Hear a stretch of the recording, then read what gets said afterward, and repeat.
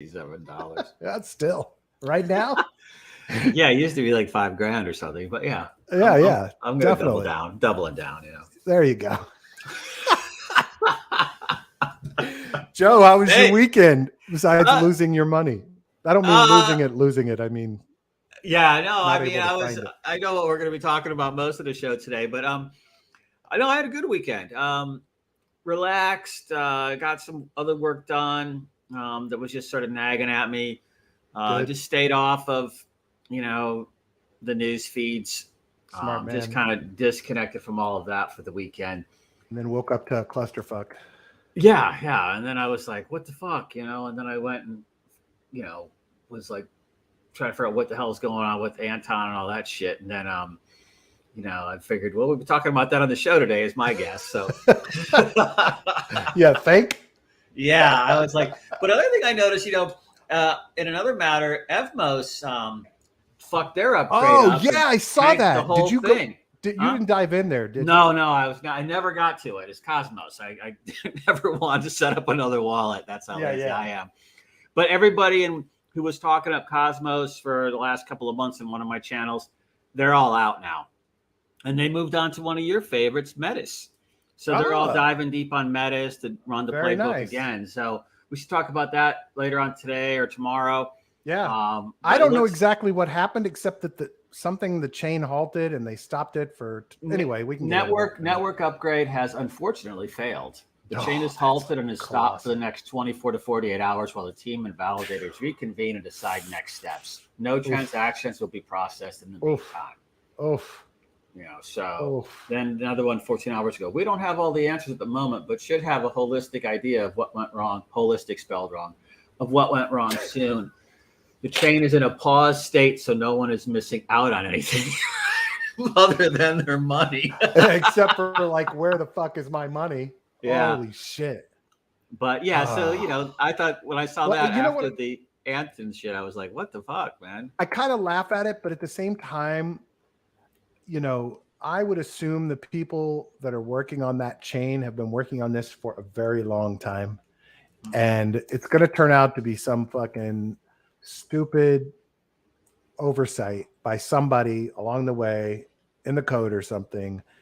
And, it's so abysmal to have that happen when you're doing this, when you've worked your ass off for so long to have it falter like that. It's just brutal.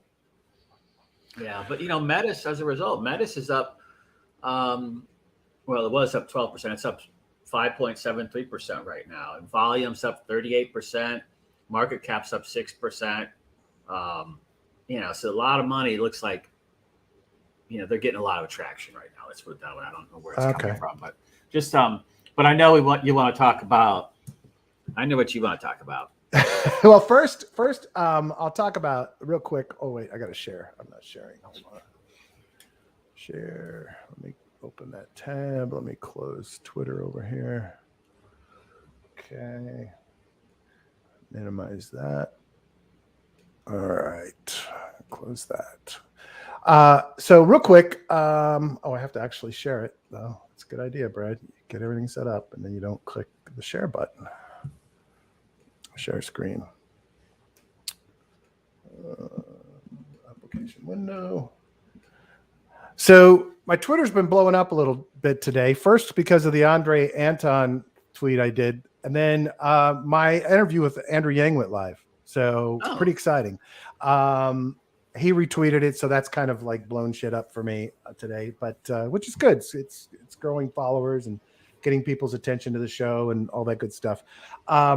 Great interview, like 20 minutes long. We didn't go too long, although interestingly, it looks like I could have gone a lot longer because he and I chatted for another 20, 30 minutes after the interview about families and campaigns and stuff like that. But really great guy. I'm really actually pretty excited about Lobby 3. One of the key things I got out of this is he's going to do something similar to what he did in his presidential campaign. I mean, his entire mission with this thing is he wants to lobby members of Congress. He wants to educate them. He wants to introduce them to what's going on, right?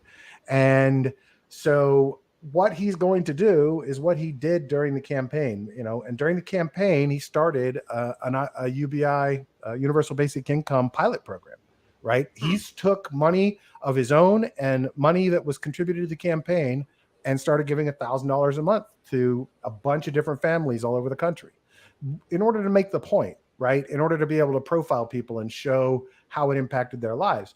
Well, he wants to do the same thing with DeFi. He wants to pick some communities around the country and work with some DeFi projects and start setting people up for using real world applications of DeFi protocols to help them save and earn more money. So it was a really good conversation. I think I'm going to try to help them out a bit and provide them some introductions and that kind of thing. Obviously, I have a ton of respect for him. I supported him in the presidential campaign, and people think that I supported him because of UBI, but actually I've thought UBI is a good policy, but that's not why I supported him. Why I supported him was that he was the first presidential candidate in all of the years I've been involved in politics and voting. He was the first one that actually took a pragmatic approach to every policy. Every single policy was something that had logic and science and research behind it and had a solution. And there was nothing in his platform. He had over 120 policy papers. And there was nothing in his platform that was partisan, right? That's why he actually had the largest percentage of Republican supporters of any Democrat that was running that year, who jumped over to the Democratic Party for his primaries. So anyway, great interview, great guy. Just, I had so much fun talking to him. I've gotten a couple of good clips that I've tweeted out today. Anyway, a lot of fun. And I hope everybody will check it out. missiondefi.com.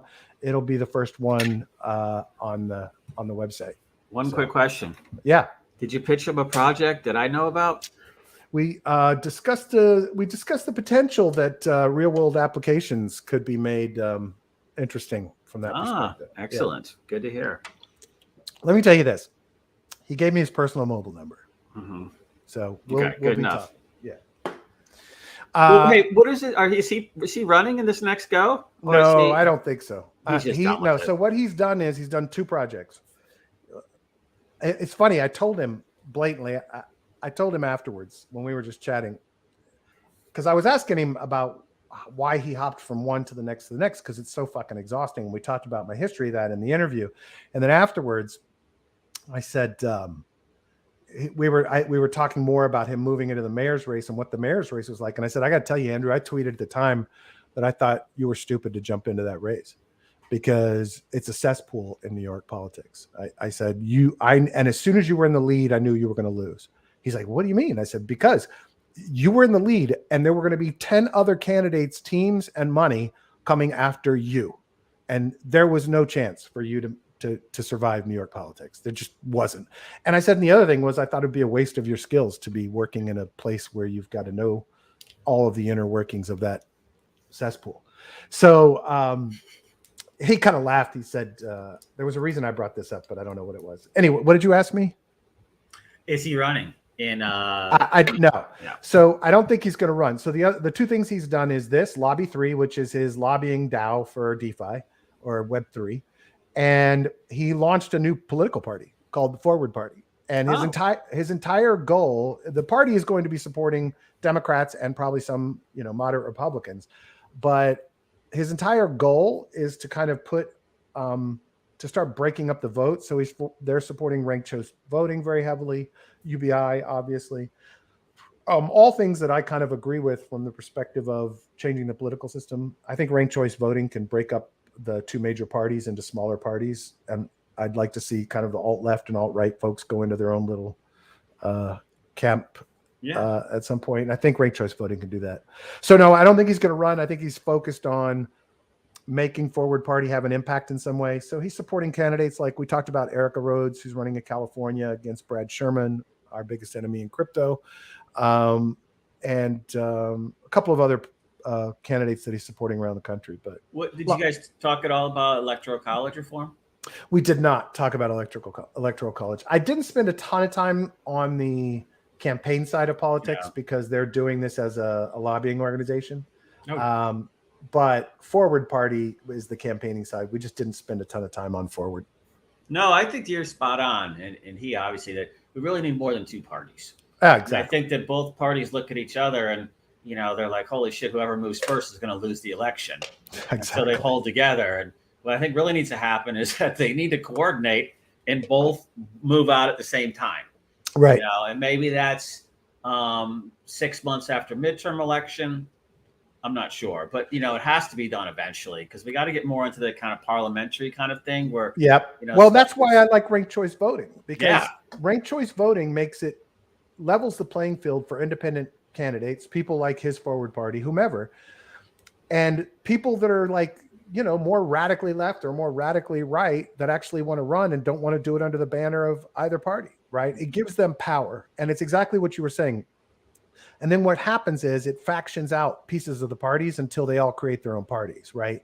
And that is exactly what we need, because then that forces the compromise, because then you'll have the moderates and the Democrats and the moderates and the Republicans still forming a bulk of the voter base, right?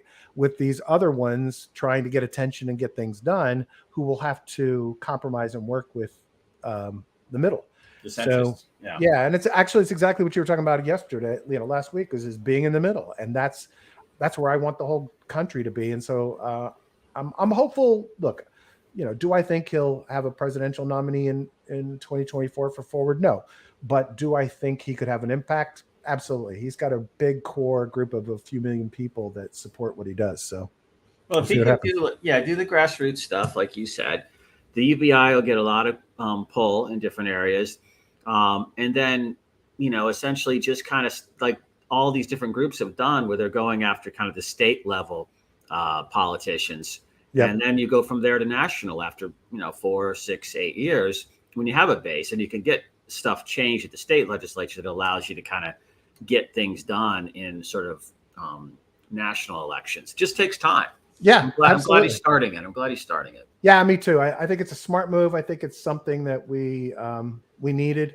At first, I was a little, knee jerk on kind of strategically, you're dividing him out Democrats, but he's smart. He's supporting specific Democratic candidates that he thinks fit what he wants Forward Party to be.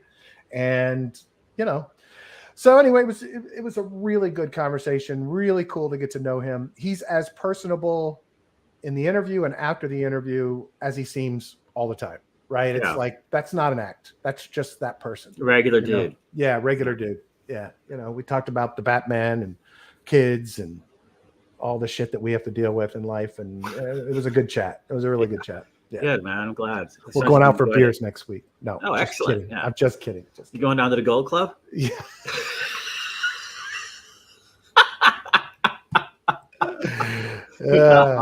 No, I know you'll be. We talked about some crazy shit that happened to him on that campaign. Like, I'm not going to talk about it because it was separate from the interview. But, yeah. Keep it. But just nuts in the New York campaign stuff. Like, scary. I'm sure, dude. I'm sure. I mean, people showing up with bags of envelopes of money and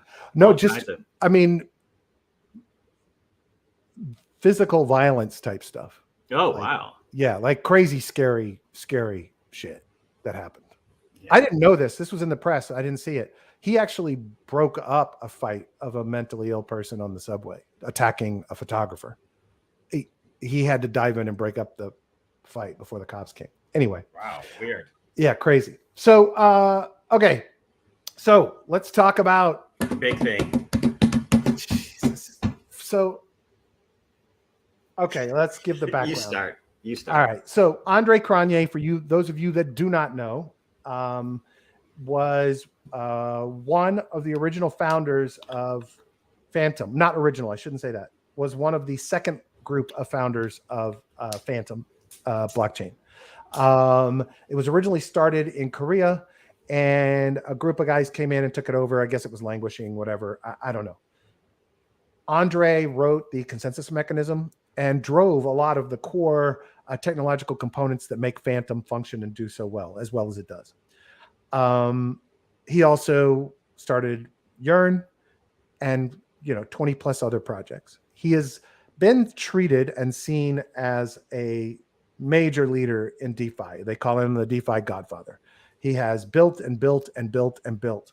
And I was thinking about it.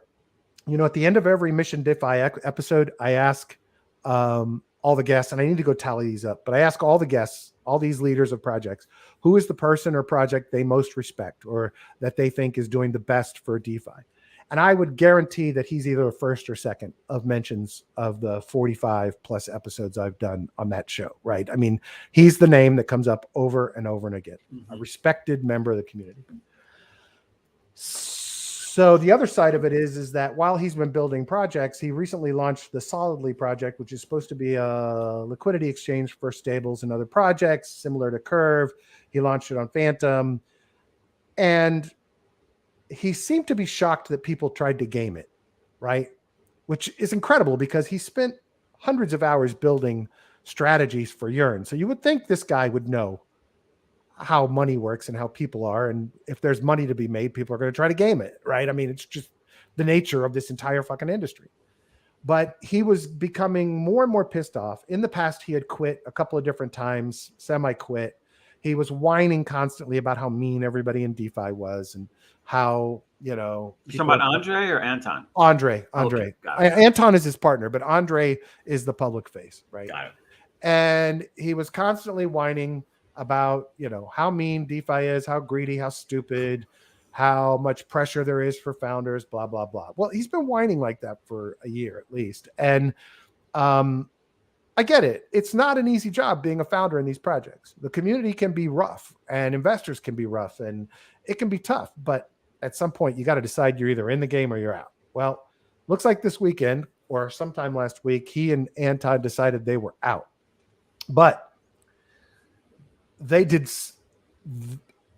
the absolute worst. I mean, this should be a fucking Harvard Business Review case study of the absolute worst possible way to communicate to investors and community members on a project. It is, or for any corporation. It's just a fucking train wreck. So he came out and said, Anton tweeted, because Andre had deleted his Twitter account last week as well. So we all should have probably thought maybe something was coming, but you know, nobody thought he would just fucking kill everybody. So Anton Nell tweets, Andre and I have decided that we are closing the chapter of contributing to the DeFi crypto space. There are around 25 apps and services that we are terminating on the 3rd of April, 2022. Most notably, Yearn.fi, use Yearn.finance, Keeper.network, use the Keeper.network, Multichain.xyz, use multichain.org, Chainlist.org, lots of people replacing it, Solidly.exchange, doesn't give an alternative, Bribe.crv.finance, doesn't give an alternative. Unlike previous building and DeFi sucks rage quits, this is not a knee-jerk reaction to the hate received from releasing project, but a decision that has been coming for a while now. Thanks you to everyone that supported us over the past few years. Well, what happened? Everyone sees a tweet saying, I'm out, I'm done, I'm shutting the fuck down. And everyone has seen him as a leader of Phantom and of all of the 20 plus projects that he's built out. And there are literally hundreds and hundreds of millions of dollars invested cumulatively across all of them. It'd be interesting to see what the total is. It's probably, you know, a few $1 billion plus the billions of dollars that are in the Phantom ecosystem, right? And he does this stupid ass tweet, not indicating to people that these projects aren't going to literally shut down, not indicating to people that these are smart contracts and will have interfaces to them, that people can still use it, that their money isn't going anywhere, that Phantom has 140 plus fucking team members building and he barely does anything on the project anymore, just not communicating like an adult, right? And I'm starting to wonder if he did it this way because he knew what the impact would be. So what's the impact? Phantom crashes. All of the associated tokens with all these projects dump. Because everyone reads this and says, what the fuck, and panics because they think everything's going to fall apart in Phantom because Andre's leaving, right? Just the classic case study of fuck up. So what I don't understand, I have to believe that Andre would know what would happen if they sent this tweet, right? The way they sent it, because he's built tons of strategies. He's studied the DeFi market and market dynamics for a very long time. You would think he knows what's going to happen when you send a tweet like this. So I'm not so sure yet. I'm still debating in my own head whether this is just shitty comms by, you know, a developer that doesn't know how to fucking communicate, or if this was malicious intent and he wanted to fuck over the people that have been harassing him and bothering him for months, and he knew there would be a dump. Yeah. I don't want to believe the second one because everything else that he's ever communicated would indicate he's not like that. But to me, this is just, it's really difficult to explain it. So really difficult. Do you think so, Anton? Do you think that Anton sends out the tweets for Andre? Because I know Anton had to send out this tweet for Andre because Andre deleted his account last week. Well, his new handle is supposedly 12-year-old with credit card. Yeah, I don't know if is that really him though? I don't know. I've heard a lot of people saying that. Let me see. Let's see if he said anything on that account. I think that, I kind of wonder too if they're feeling the heat, of regulatory. Maybe. And, look, that's one way to try to get it off of you is shut down all your websites that connect to it. Maybe they got a subpoena. Or maybe a red notice or something, Interpol thing. Yeah. Who knows? Because I know that that this is an area of focus, as we've talked about in the past. Also, I'm kind of curious if you think that, it just seems kind of weak to me. I haven't ever seen anything to make me think that these guys were like this, but it's like, they're whining and crying when they're making hundreds of millions of dollars because people are being mean to them. Yeah, and I'm like, it's just such, I don't know. I'm not going to pick on millennials too much, but it's just such millennial sissy bullshit. Yeah, it is. And they all want an attaboy for showing up. Yeah. And you're like, just quit your whining and go spend your money. And it's fine. But be an adult and don't fuck over all the people that have put their trust in you. Yeah. Right? The people he's fucked over are not only investors. Think about all of those team members working their asses off 100 hours a week on those projects that he just fucked. Right. Yeah. All of their value just, and that's just shitty. Just shitty. So, yeah. So what do you think? Is this really him? I don't know. It doesn't look like it. It looks like somebody that's. But you wouldn't go in and pull all your followers and that over there and do stuff just like you were doing on your main channel. Well, he did say at one point that he was going to stop posting regular tweets and just shit post, which this account certainly is. But yeah, maybe he just needs a break. Anyway, I'm sure these guys are all burnt out too. Yeah. Just go sit on the beach. I remember when I burned out after the .com thing, I went and hung out in Koh Samui, Thailand for like 3 months. Yeah, just sitting on the beach. Yeah. Relaxing. But set up a transition, man. Don't leave everybody else in the wake of your fucking mental issues. I get it. You're having mental health issues. It's too much stress. You shouldn't be doing this. Get the fuck out. But get the fuck out the right way. Right. He did take on an awful lot. And wasn't he, what was his role with like Sushi Swap of recent? Wasn't he going to go in and save that? No, that was, I think indirectly he was kind of linked to it because of Danielle and Wonderland. We're going to be taking over management of it. But that's gone now. But look, he did look, and he took on too much shit all the time, right? And if he had done it like Robert Lauco does at Liquidity and just fucking release shit and left it, like just walk away from it, like let it be a smart contract that lives radically decentralized, and don't take any shit from anybody. Say, here it is, people. Build an interface to it. Use it as you wish. I don't give a shit. I'm done. I'm walking away. Next. But he didn't. So I rewrote Anton's tweet yesterday. This is how an adult would do this announcement. So I said, Anton, here's the tweet. Hey, folks, after much consideration, Andre and I have decided the time is right for us to transition the remaining components of our projects to the amazing developers already doing most of the work on them. Over the next month, we'll make sure that everyone has what they need so that they will not lose a beat on behalf of the communities that support these projects. Below is each project and the developers that are building them every day.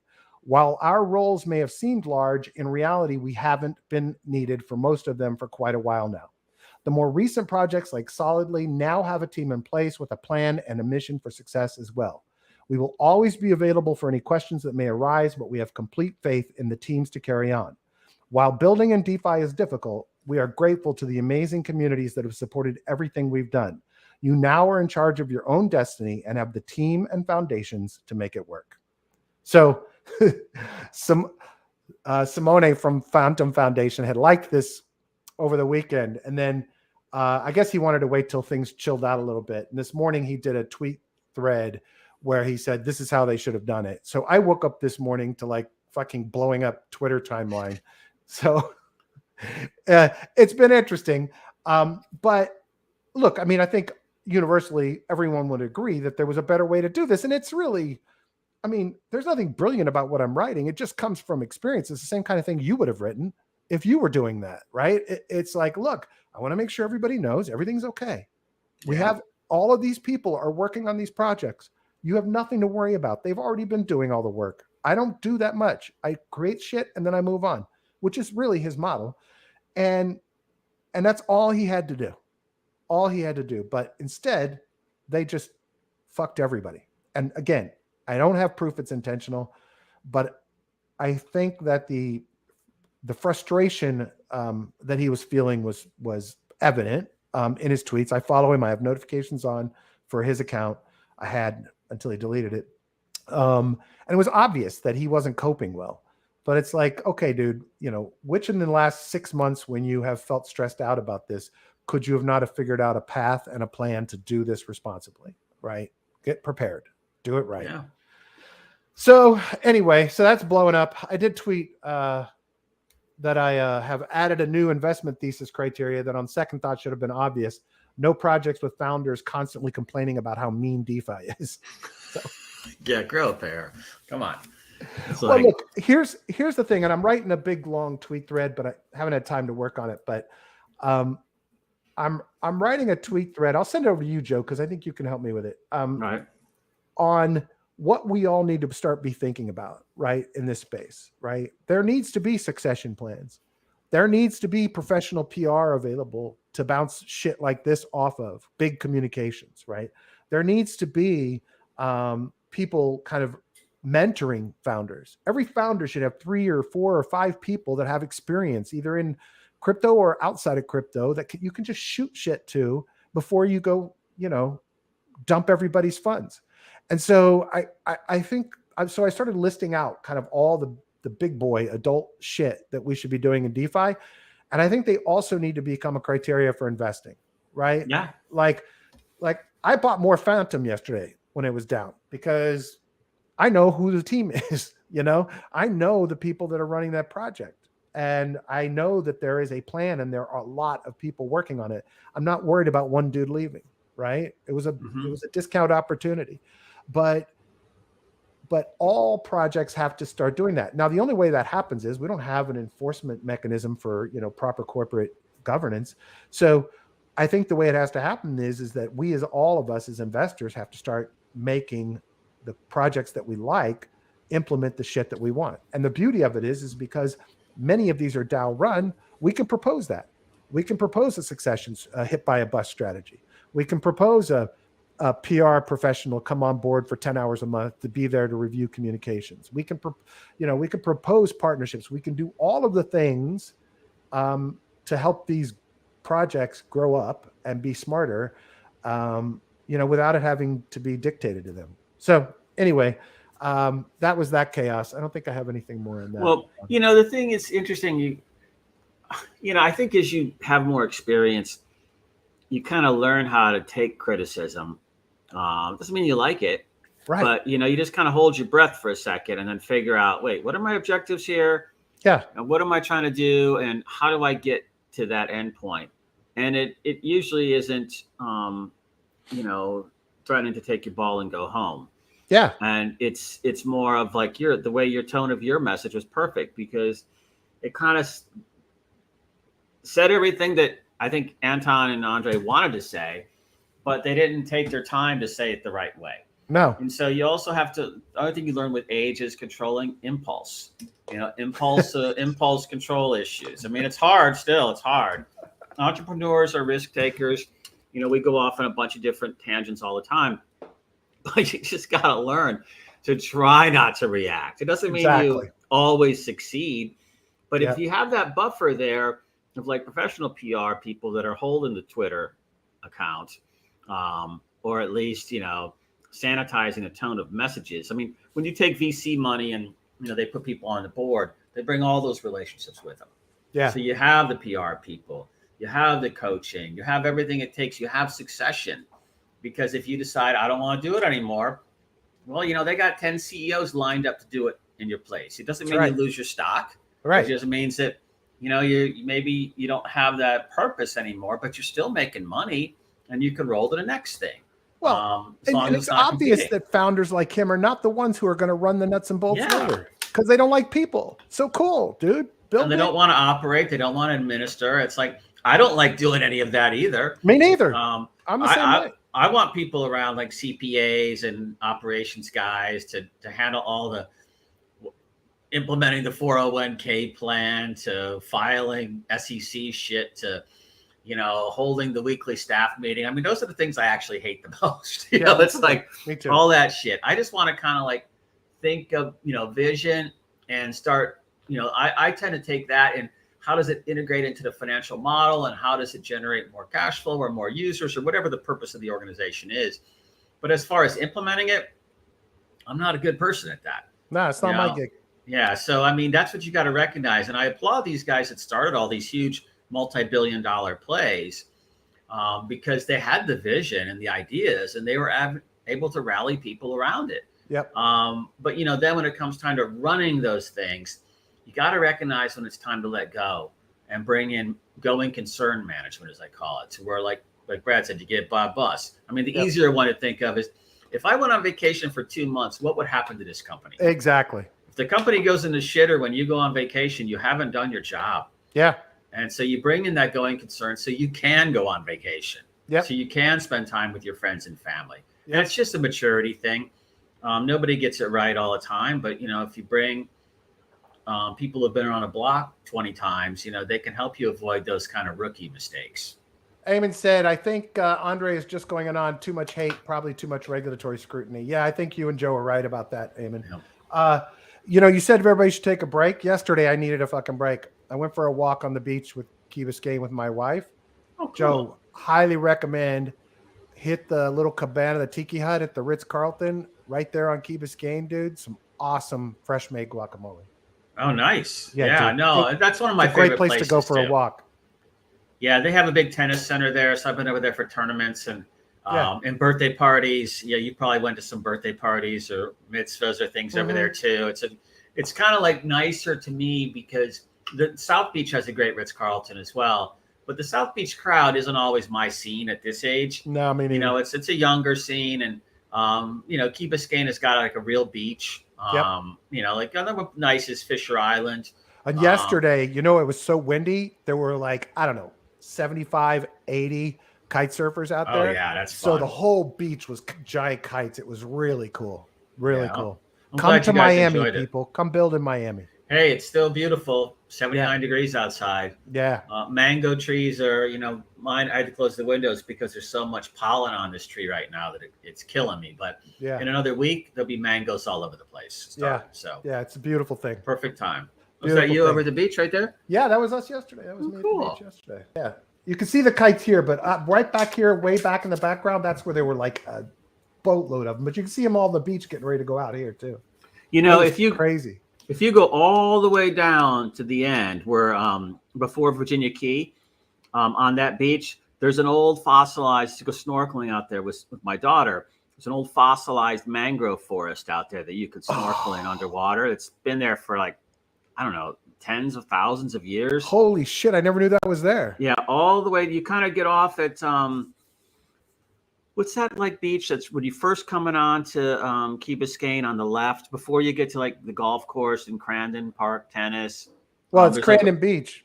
That's it. Okay. So you go in that big parking lot area and go all the way to the left, and there's a walk you can go down that'll take you to the tip of that beach, and you can go on the sand if you want to. But yeah, snorkeling in there is just beautiful. Fish everywhere. It's really, really neat. My wife found right where I'm standing is it's like crazy because you're surrounded by these luxury hotels and condos. There is in the depths of Key Biscayne, this little, like anywhere else would be seen as like a roach motel. Like it's those little like 1-story things. It's right in the middle of all of this insanity. The guys just maintain it. And there's public parking there. So it's like the best anyway, I was just amazed that it even existed. I mean, I've been here a long time and I'd never seen it. Anyway, there was something else I just thought of. I wanted to talk about real quick. For me personally, I see this as an opportunity, this Andre fuck up. I'm actually pretty excited about what it can do. Here's the other thing I think it does. I think he did us a favor, right? I think you and I are talking about this. There's going to be a lot of people talking about this. And what that's going to do is it's going to make people think about the fact that we need to start being more responsible about all this shit. We need to start thinking about the impact of our actions. And I get it. There are people that are on the spectrum. There are people that are not used to communicating. There are people that are just shy. There are people, and there are some brilliant people that are building brilliant shit in this space. And I laud them all, including Andre and Anton. But at some point, the members of those teams have to say, okay, I need more people in the DAO that can help me make sure we do this right? Or I don't want to keep running this. I want to build it and you guys can run it, right? Which is fine, but we have to start buttoning up. And I'm not saying collective we, like we're going to go in there and marshal the forces and we're going to tell them how to run their business or their DAO. But I think what this does, I think what Andre doing this does, and that's actually how my tweet thread that I'm working on starts out, is this is a favor. This is an opportunity for all of us to see this, and Danielle and all of that other Sifu shit. These are all opportunities for us to see that, yeah, there are people that have roles like you were just talking about that aren't necessarily the people to take a project to the next level. So let's do that the right way now, right? Well, it's 100%. It's interesting because it's not just in DeFi, but in any kind of entrepreneurial startup. Entrepreneurs are strong-minded personalities. And they also tend to be a bit of control freaks at the beginning because they want to make, it's art to them. Yeah. And they want to make sure it's done right. And there's always that other hard challenge of not just bringing in people to create going concern level, but, giving up control of your baby, basically. Hell yeah. And, that's a hard thing to do. And, but I would think that these guys would be better at it because they've already done 25 things. Yeah. And they've been kind of ceding control already. And they already know the shit they hate, which is dealing with humans after it's launched. Yeah. And so it's like, dude, you already know you hate that. So stop doing it. Well, and we've both worked with a lot of people that are, I think almost everybody in tech is a little bit on the spectrum myself. Of course. But there's different degrees. And, it takes special, I don't want to say this the wrong way, but you have to understand where their perspectives are coming from sometimes. And when they're very tight holding on to a position, you have to understand why that is. Yeah. And you have to work with that. I think it's a lot of the responsibilities on everybody else to learn how to work with people that are creators. And, I always called it, when you're working in a consulting firm, it's herding cats. There's a whole bunch of things that you have to sort of deal with. But what it really takes is some empathy and some, dare I say it, some sensitivity to what their needs are when you're trying to shape an entrepreneur or a founder into ceding some of that control. Right. So it's, it's not all their fault, but, hopefully the lesson's been learned. Yeah, let's hope so. And look, I told everybody on a tweet yesterday, I said, look, if you're a founder, you're grappling with some fucking catastrophic issue, you're worried that you may communicate something that would harm people or harm the project or harm investors, I will happily, for free, review and listen to what you're trying to do. I don't have any problem like providing guidance if it's going to protect the ecosystem and protect people, and it doesn't writing that tweet took me 10 minutes max, 5 minutes, Yeah, but you have so much experience at it. So I would dare I say expert at it. Yeah. So you can do it fast. Exactly. It doesn't take long and here's the thing. Look, this is about perceptions, right? Somebody else tweeted the other day, something else about, how horrible it was, blah, blah, blah. And they said something about the reality. I said, the reality doesn't fucking matter. The reality of what is going to happen with these projects did not matter yesterday when everybody was panicked. It's the perception that matters. And the perception of that tweet, of that communication was, fuck you guys, I'm out of here. Right. Yeah. And you guys are done and I'm dumping everything on you. He didn't say those words, but that's what it sounded like to people. That's what they perceived. And they also perceived that Andre was still in control of all of those projects, right? Nobody had ever stopped and said, hey, We got 140 developers here. We got 20 developers here. We got 40 developers on this project. Andre doesn't do shit, right? Nobody told these people this, so everybody panicked. It's all about perceptions. And if you want to make sure that you're not going to fuck up your communications and piss off your community or piss off your investors, start by just saying, okay, if I was an investor, what would be my reaction to seeing this worded this way, right? Yeah. Or pass it off to your best friend. Say, pretend you've got $1 million invested in a protocol and I send this out. What would you do? It's like common sense shit. Anyway, happy to help if I can. Well, I think that, look, it's another thing like I grapple with because I build a lot of financial models is that none of these projects have financial projections or models or anything.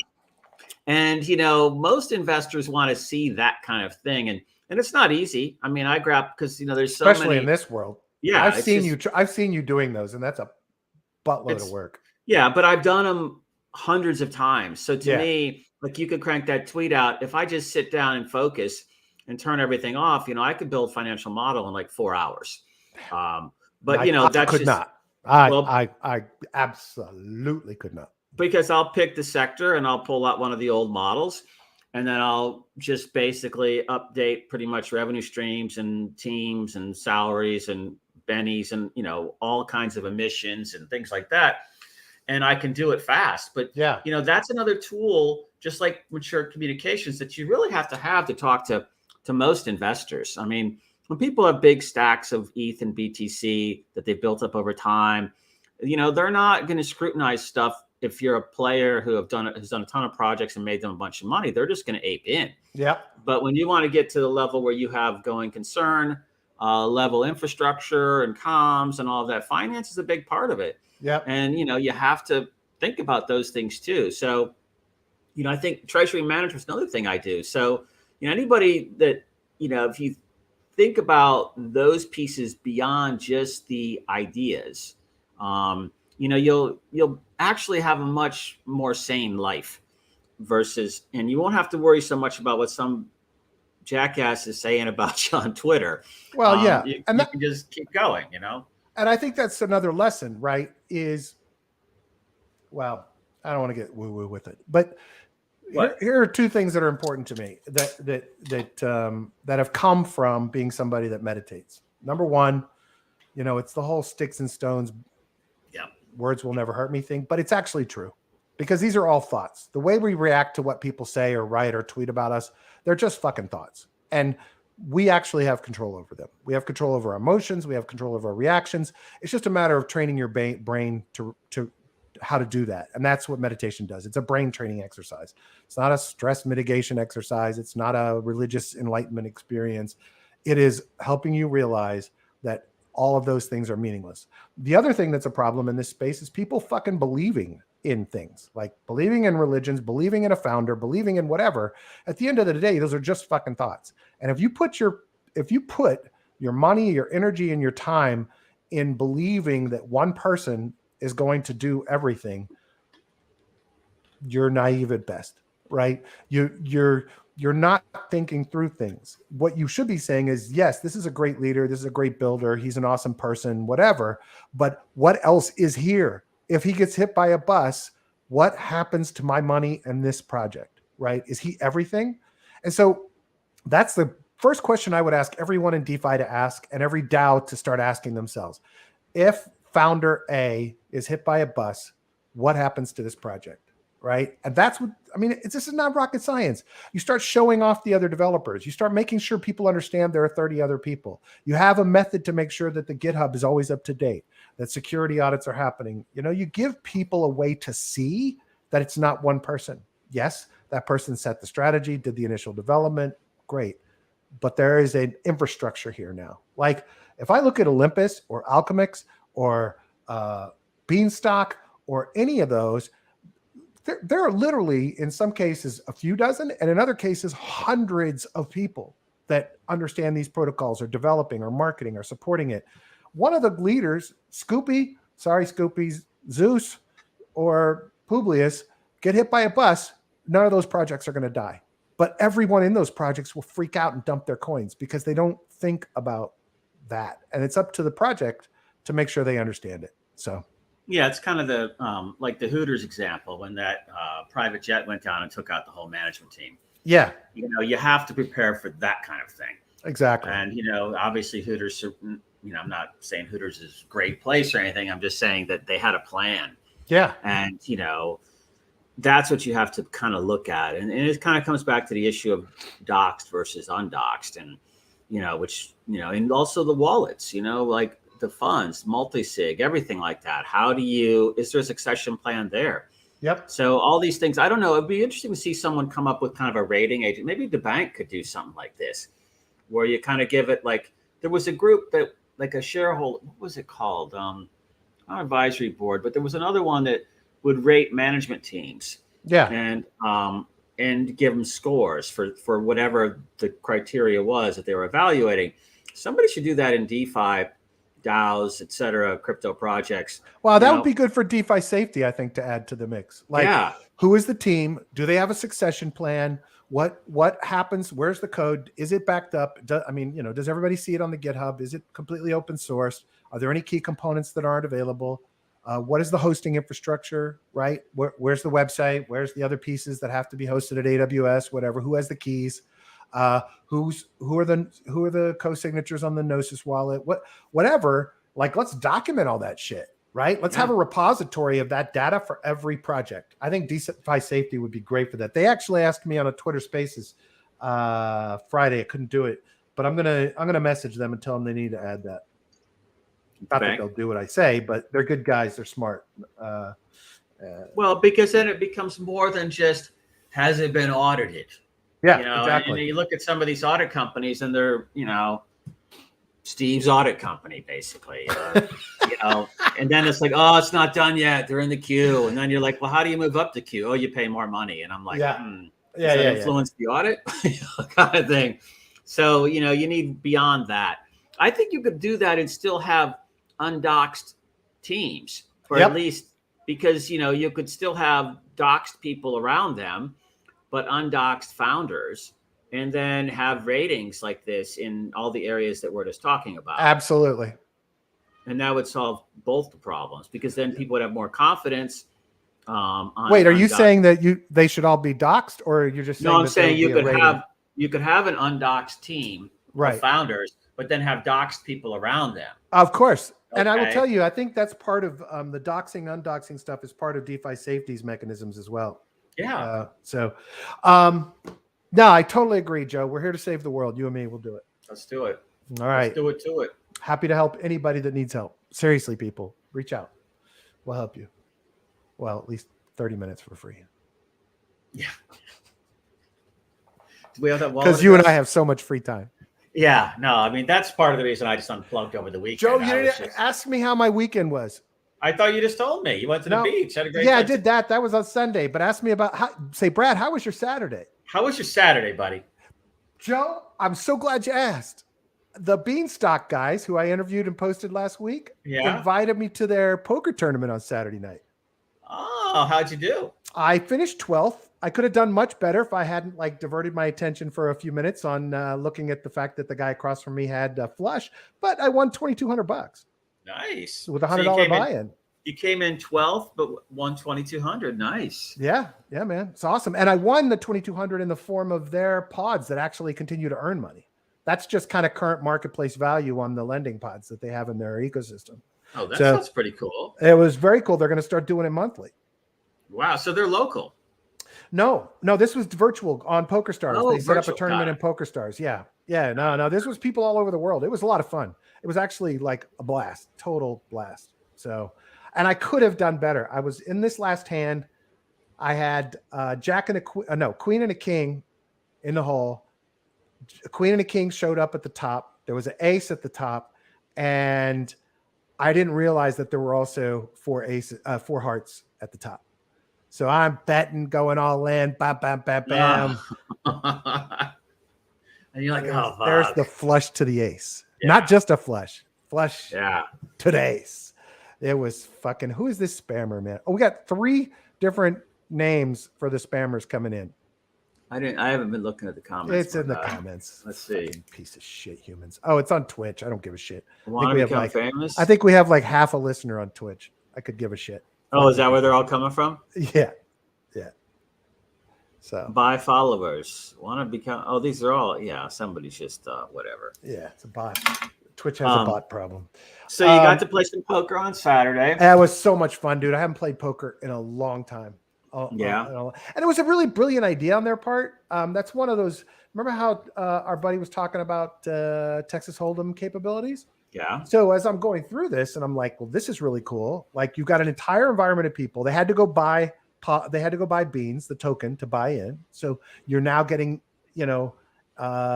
exposure to the protocol, and then you're winning pods instead of like just direct cash for when you win, right? So that makes people go, oh, wait, what are these pods things? How do they work? Oh, that's cool. Wait, I thought it was a really great community building idea and PR idea. And they had to like piece together Google Forms, PokerStars, wallet checks on Beanpod, and do a smart contract, blah, blah, blah. But I thought, wow, it'd be pretty cool if there was a system that just would do that for projects. Well, look, you did a 22x, which is pretty good in like 4 hours time, 2 hours you're time. You're not kidding. Better than DeFi. So there should be a tool to do that. Maybe we should change the name of the show. What's that? Poker lunch. Poker lunch. Well, I didn't mean that to sound that way. Like look, I'm a decent poker player. I played for years and years and years, but I hadn't played in a long time, and it started coming back to me. But I made some mental mistakes throughout the game that I think I could have done a lot better. But I love that freaking game, and there's a lot of some of the biggest traders in crypto were former poker players. I mean, pro poker players. I've never been a pro poker player, but great time. That was a lot of fun. I'm going to do that again. Cool. So, especially making money at it was even better. Yeah. Yeah. Freaking No, awesome. Yeah, that's always fun, man. Free money. Yeah, I remember when things were going that way for a while. Pumptober, baby. Pumptober. God, now we've had to actually really work our ass off. That's a long fucking time ago.